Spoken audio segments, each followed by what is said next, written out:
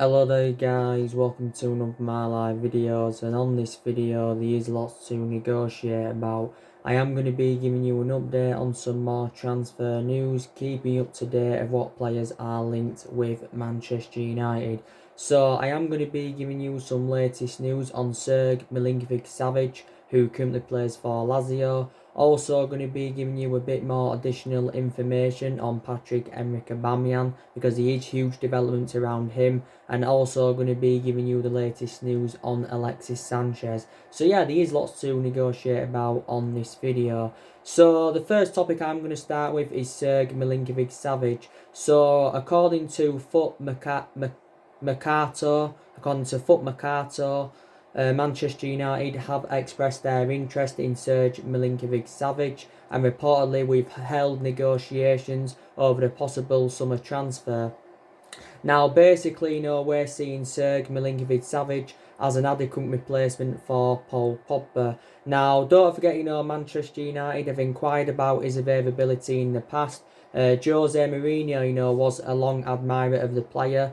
Jose Mourinho did want to recommend Sergej Milinkovic-Savic, when he was in charge of Manchester United. And as you all know, Jose Mourinho endured 2.5 years at the football club. And one of the main explanations why his tenure at the football club didn't work out is because the board didn't recommend the signings that he wanted to, recommend in. And obviously, he had bad disputes with the board and he had bad disputes with the top players. But Jose Mourinho did win 2 trophies in his first season at the football club. But obviously, I don't think Solskjaer, has been that interested in recommending Sergej Milinkovic-Savic in. I think it would cost him the 70 odd or 80 odd million pound range if Manchester United were to get him on the board. Now, I think he's now into his 5th season with Lazio. He did join Lazio in 2015, did the player. I think he's made around 150 appearances in the Serie A and scored around 26 goals. By the way, he has got a contract with Lazio until 2023. So he's got around 3 years remaining on his contract. There is no release clause in his contract, by the way. That has been confirmed. But yeah, he's the age of 25, so he has still got a lot of years ahead of him. Do you think if Sergej Milinkovic-Savic was to come to the Premier League, do you think, he'd do very, very well in the Premier League? Do you think he'd be Premier League standard? But I've got to say, he has done very, very well in Italy with Lazio. I also do believe that Real Madrid have also, expressed their interest in the player. But, like I mentioned, Man United have been in for him before. But he seems a pretty decent player, what I've seen of him. His versatility is very, very good as well, because he can play in various midfield roles. I think he's predominantly a box-to-box midfielder, but he can also play as a holding midfielder, and he also can play as an attacking midfielder, can the player. So yeah, versatility very, very good. I think he's also very tall as well. He's just over 6 foot. Sergej Milinkovic-Savic. He's also very effective in the air. I think his tracking back's also very, very good. And I think, he would complement our midfield very, very well if he was to be recommended in. But, he would cost the club quite a bit of money if we was to get him in on the board. Now, as you all know, a lot of teams are set to lose millions in transfer revenues due to this coronavirus pandemic. So a lot of teams are under financial pressure. But yeah, so would you recommend Sergej Milinkovic-Savic to Manchester United? I do also believe that Man United have had negotiations with his agent over the possible move to the club this summer. And, I think we've had some negotiations with his agent. So he's one player, that could replace Paul Pogba at Manchester United. Now, the news on Paul Pogba is that recent reports have said that Paul Pogba could take a FIFA transfer regulation to buy out the remainder of his contract for around £50 million. I think this is like a regulation, when you've something to do with 3 years on your contract. When you've done 3 years of your contract, yeah. There's still uncertainty over Paul Pogba's future, don't get me wrong. It's not assured fully that Paul Pogba will leave Manchester United in the summer. But Paul Pogba has come out and revealed that he still wants to leave Manchester United in the summer. So basically, Paul Pogba's got the same perception now than what he had last summer. Because revert back to last summer, Paul Pogba revealed that he wanted to leave Manchester United. because he was seeking for a new challenge, and he actually publicly admitted that he wanted to leave the football club. His preference was a move to Real Madrid last summer. We wanted 180 million for Pogba last summer, and Real Madrid were not willing to meet our valuation. We was demanding just over double than what we paid for him from Juventus, because don't forget we paid 89 million for Paul Pogba. But, he may not leave. Paul Pogba could end up staying at the football club for another year, believe it or not. But, like I said, United fans have got different perceptions on it. I think Paul Pogba's also said that his priority is to join Real Madrid in the summer. But obviously we're not going to demand nowhere near as much as 180 million like we did last summer. I think we're willing to accept at least 100 million for Paul Pogba this summer. Real Madrid, of course, did recruit around 5 or 6 players in last summer. Don't forget they got Hazard, Luka Jovic,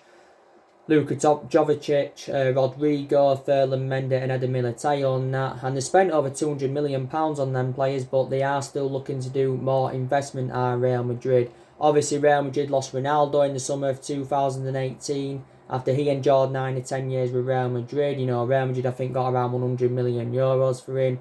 They loaned Dani Ceballos out to Arsenal. They also, lost Kovacic. So Real Madrid have lost quite a few of their imperative players. But yeah, so, they want to get, Paul Pogba on the board, do Real Madrid. Also, Danny van der Beek has been on Real Madrid's agenda. He's probably an alternative to Paul Pogba. There's also been a lot of talk, saying that Paul Pogba could make a return back to Juventus, because Pogba did enjoy 4 good years, in Turin. But the vast majority of his performances at Man United since he rejoined have been totally comparison to his ones at Juventus. Now, obviously, there has been swap deals on the agenda, and like I mentioned to you guys, swap deals are very, very rare in the modern game. Just like, players going back to their former clubs, that's also very, very rare. But, they obviously, there was a lot of talks last week, of Paul Pogba going back to Juventus and Man United getting Matt Easterling as part of the deal. And there was also, talks of Aaron Ramsey coming to Manchester United as part of a swap deal of Pogba going back to Juventus. Maybe, Paul Pogba will leave this summer without any swap deal involved, or he will leave, with a swap deal involved. I don't know. But, there has been talks of that happening. I think, it did say the other week that we were set to open up negotiations over getting Paul Pogba a new contract at the club.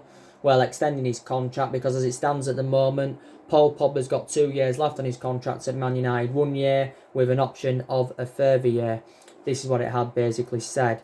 But Paul Pogba's agent, Mini Raiola, like I've mentioned before, and I'll reiterate it, he has been talking a lot since the turn of the year. And at least in the last couple of years, Mini Raiola, of course, has been working on getting his client a transfer away from Manchester United completed.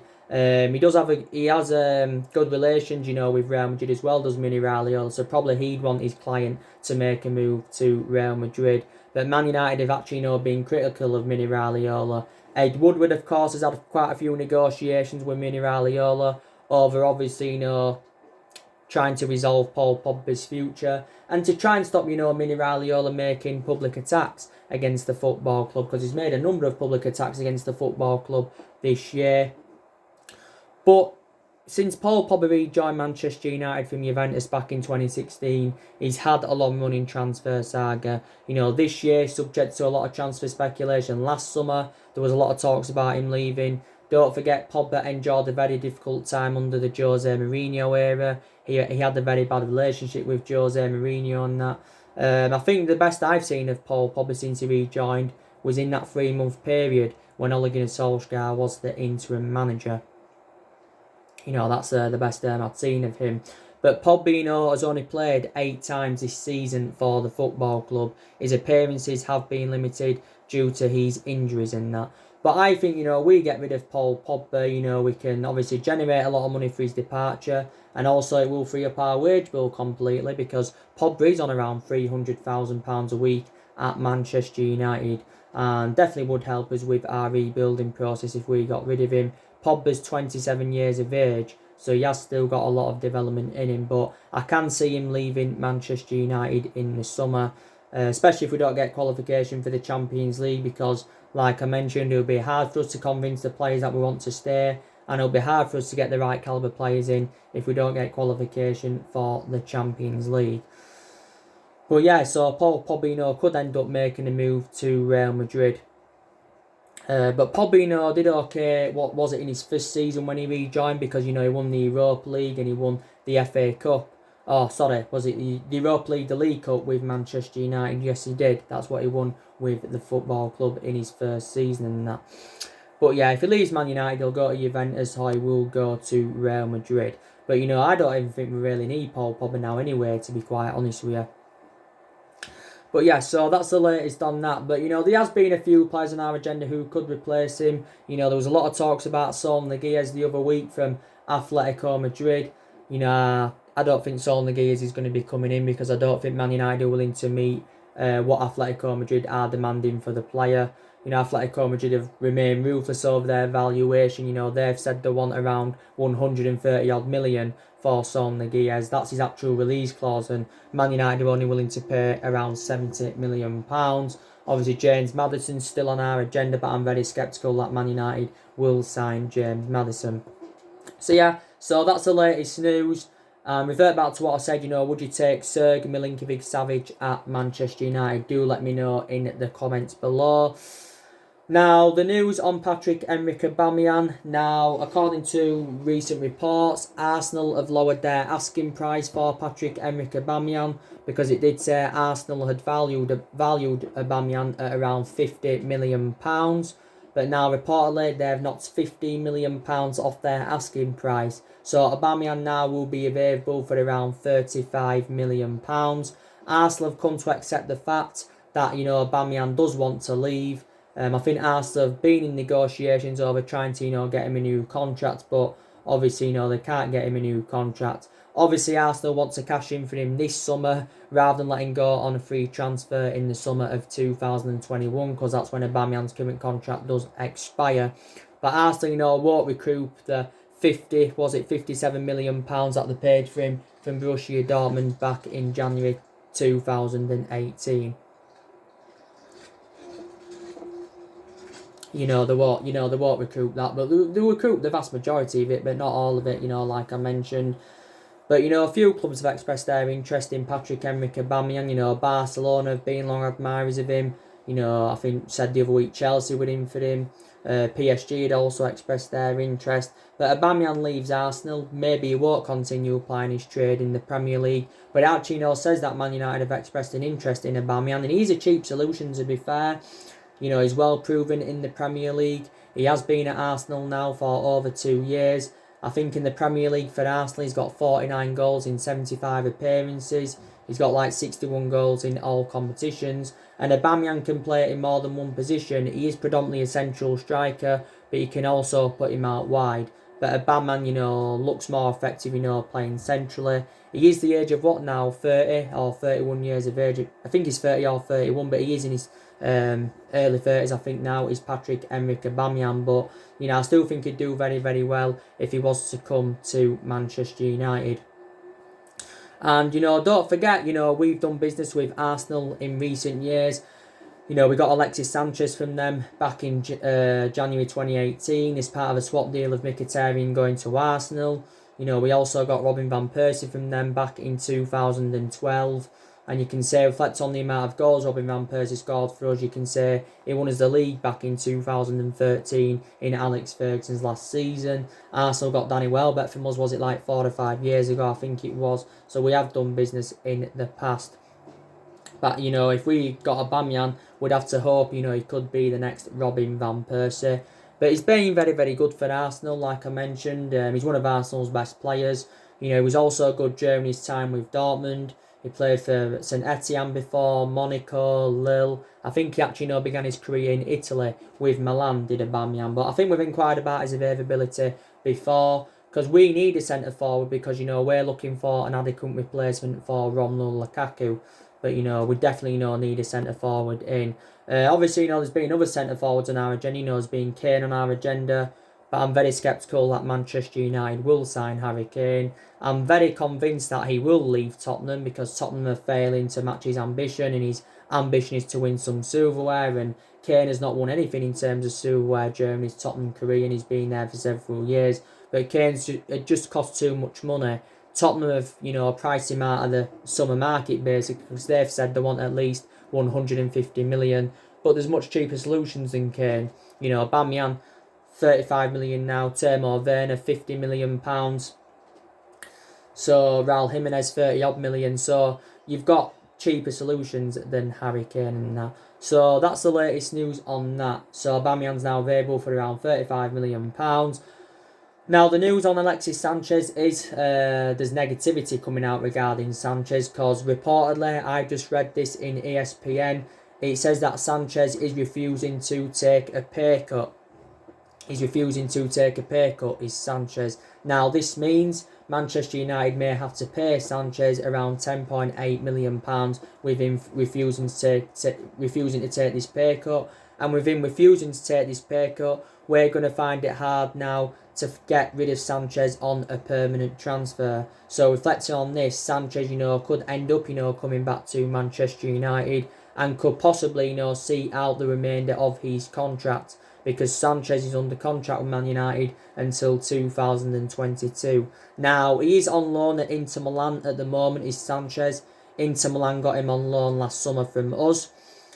And he's enjoyed a very, very difficult time with Inter Milan as Sanchez. I think he's only played around 7 games for them in total, but he's only started 2 of them games because I think Sanchez has been out with an ankle injury. Now, Sanchez, of course, did enjoy a difficult 18 months with Manchester United. Obviously, when we got him in January 2018, we thought he'd have been an exceptional signing for us.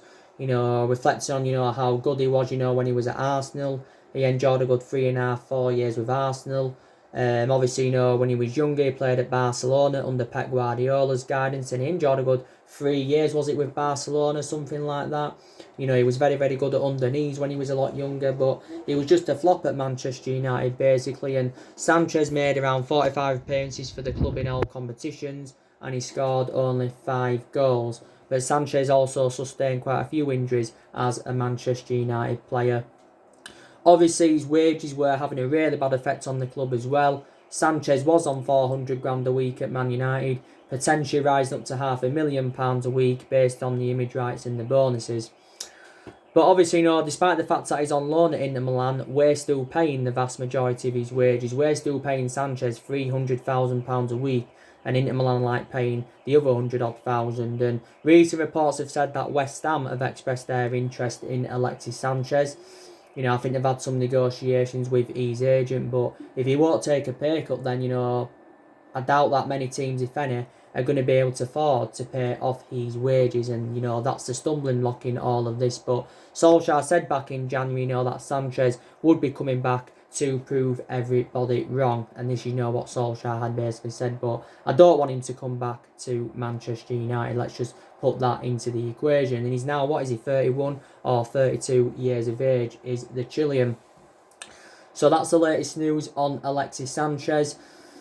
Now, I just want to give you some news on Juan Mata, because also too, Juan Mata has been talking recently. He was talking about, Marcus Rashford's first training session, and he's also been talking about the possibility of ending his footballing career with Real Oviedo. That's where he actually, began his career, and that's his boyhood club, Real Oviedo. So could actually, Juan Mata be going back there? Obviously, that's the club he does support in Spain. That's the club he does support in Spain, like he's revealed and that. But there again, Juan Mata, said, he wants to stay at Manchester United as long as possible. Obviously, Juan Mata's got a year left in his contract at Man United, but the club do have an option to extend it by a further year. At one point, it looked very imminent that Juan Mata was going to be leaving the club. Juan Mata is now into his 6th season at Manchester United. He's made around 178 appearances for the club in the Premier League and scored around 33 Premier League goals. And in all competitions, he's made over 200 odd appearances. We paid 40 million for him from Chelsea, and we got Juan Mata under the David Moyes era. Juan Mata is predominantly a central attacking midfielder, but you can occasionally play him as a winger. Juan Mata is 31 years of age now, and he has lost that yard of pace, and he isn't a regular anymore. He doesn't really play a lot, but when he does play, he tends to make an impact, does Juan Mata. So I'd love Juan Mata, to stay at the football club. But he probably would go back to Spain, Juan Mata, if, when he does eventually leave Man United. Because when he was younger, he spent the entirety of his career in Spain. Obviously, before he went to Chelsea, he was at Valencia where he played under Unai Emery's guidance. He also was at Real Madrid. But yeah, still going very, very strong is Juan Mata. So that's the latest news on that. Now, as I updated you on my video that I did this morning, obviously, our transfer budget for this summer has been revealed. Solskjaer is going to be given around £150 million to spend this summer on, bringing more players in. Now, do you think £150 million is enough? Is enough money, to get the right calibre players that we do want in? I do believe the vast majority of that £150 million is going to go on Jadon Sancho, because Sancho is going to cost us around £120 million. There's some reports saying that we can afford Grealish and Sancho even with a £150 million transfer budget. But obviously, if we can sell players in the summer, then obviously, the budget will go up. It will go up, will the budget. And I think, Solskjaer is planning to get rid of around 6 or 7 players in the summer transfer window. But yeah, so I probably think that the first player that Man United are going to sign in the summer is probably Jadon Sancho, and he's going to be our 6th signing overall under the Ole Gunnar Solskjaer era, because obviously at the moment Solskjaer has recommended 5 players in 3 transfer windows and spent around £220 million. Last summer he brought Daniel James in, he brought Wan-Bissaka and Harry Maguire in. And obviously in January, he brought Bruno Fernandes and Odi Nagalo in. But yeah, Jadon Sancho is going to cost us at least £100 million. But either figure is going to make him a record signing in the Premier League, and it's going to make him our most expensive signing. Now, recent reports have said that Jadon Sancho is excited about the prospect of coming to play at Old Trafford. It says that we've convinced him to come and sign for the club in the summer, but no announcement has been made as yet. But I think we'd have had a deal finalised for Jadon Sancho by the summer. Now, don't forget, Man United are willing to offer Jadon Sancho around £400,000 a week, so that will make him the best player at the club. Not only the most expensive signing, and we're also willing to offer Jadon Sancho the iconic number 7. And I think he'll operate very, very well in the number 7. And like I said, we've had a lot of good number 7s up and down the generations and that. And I'm excited about him coming in because I think, he'd blend in very, very well alongside Marcus Rashford and Anthony Martial.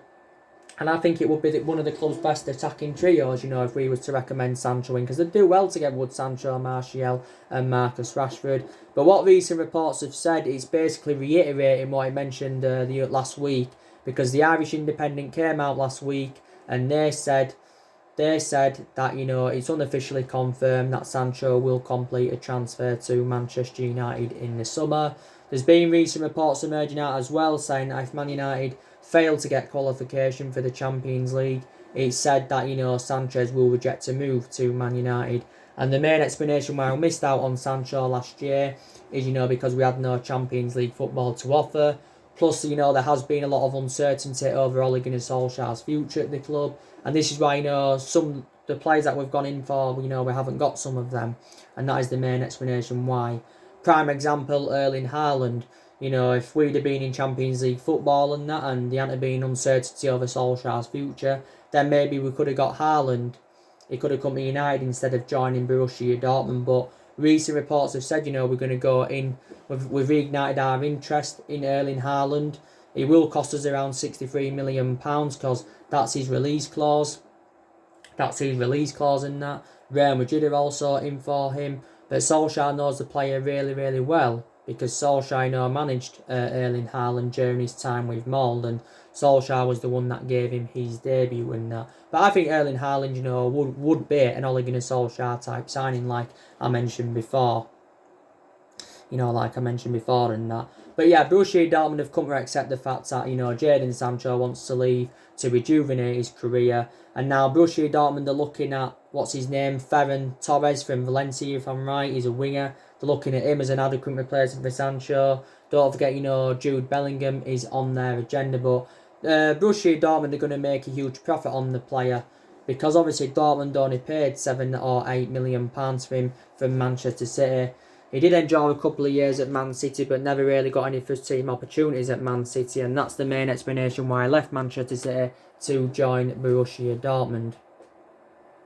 That's the main explanation why. And he's still got 2 years left on his contract with Borussia Dortmund. He's under contract with Dortmund until 2022, but Borussia Dortmund do remain ruthless over their valuation. Obviously, they're not letting him go out on the cheap despite the coronavirus pandemic. They've notified us and said we've got to meet their full asking price to convince them to offload him and that. So yeah, I think we are going to get Jadon Sancho on the board in the summer. And I also believe Jack Grealish is very, very likely. Don't forget, Andy Gray's recently urged us to sign Jack Grealish and sell Paul Pogba. But Solskjaer, like I said to you this morning, spoke with Phelan in September of last year, and they've come to an agreement of what areas he thinks Man United need to strengthen up, and he's revealed them areas. He wants a centre forward, he wants a right winger, and he also wants a central midfielder. And Solskjaer came out a couple of weeks ago and he believes that Man United do need around 3 or 4 signings in the summer to become title contenders, and that. This is, what Ole Gunnar Solskjaer does believe. But it is good that Solskjaer is making plans for the summer. He's got the backing of Ed Woodward. He's also got the backing of the Glazers. Also, too, a lot of our players are still determined to back him. Don't forget, recently, Andres Pereira, came out and backed Solskjaer, and he believes that we can be much stronger next season. Also, too, Peter Schmeichel, the former Man United goalkeeper, has been talking. He believes Solskjaer has done a fantastic job and is the right man to elevate Manchester United forward. So, very, very likely, Solskjaer will be Manchester United manager next season. I think the only way he could be sacked is if Manchester United don't get qualification for the Champions League, and there's some positive to take from Solskjaer's tenure. Like I said, you've got to give him credit for the players that he's recommended in so far. He's also promoted the youth very, very well, because the young players have been given their chances. Mason Greenwood's done well this season. Brandon Williams has done very, very well. By the way, we're not interested now in a left back, reflecting on the emergence of Brandon Williams. Obviously, I think Luke Shaw still remains our first choice left back, because Luke Shaw's done very, very well since he's come back from injury, to be fair. Luke Shaw's now into his 6th season as a Manchester United player. Also, Tuanzebe did well earlier on in the season. Diego Dalot, don't really have a perception on him because Dalot hasn't really had a lot of opportunities, but he's a backup to Wan-Bissaka. James Garner, we need to see him get more opportunities next season.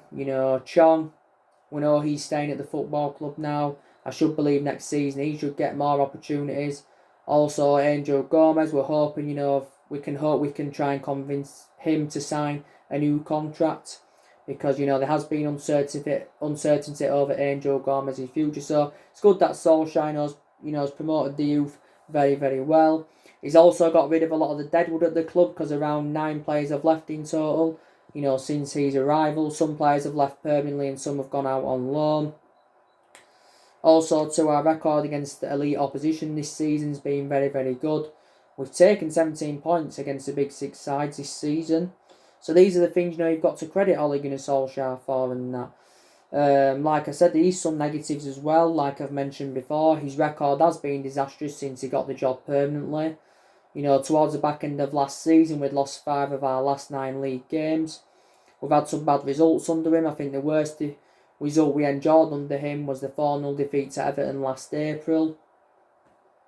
He's inexperienced as a manager, so that's an element of concern. He hasn't got a good pedigree, but the longer he remains in the Man United job, he's going to be gaining more managerial experience. So let's just put that into the equation. So yeah, we need to keep him. We need to keep him for at least another season. He has been here now 16 months, and he's been permanent Man United manager now for officially a year. Yes, he hasn't that. But he does deserve more time because, like I mentioned, not every manager does settle in straight away. The players that I think are going in the summer, I think definitely Phil Jones is going. Lingard and Pereira, they'll be both going. Don't forget, recently Lingard's been linked to a move to Arsenal. I think Sanchez, we'll try and get rid of Sanchez permanently. We've got to try and convince him to take this pay cut.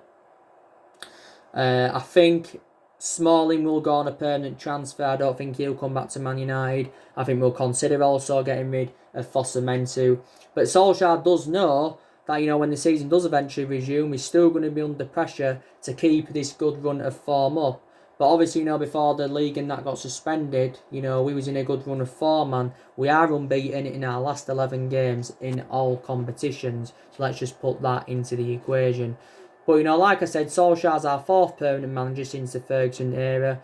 Since Fergie left the football club, we have, we've been playing catch up for several years. We've had different managers with different philosophies. A hell of a lot of money's been invested into the club.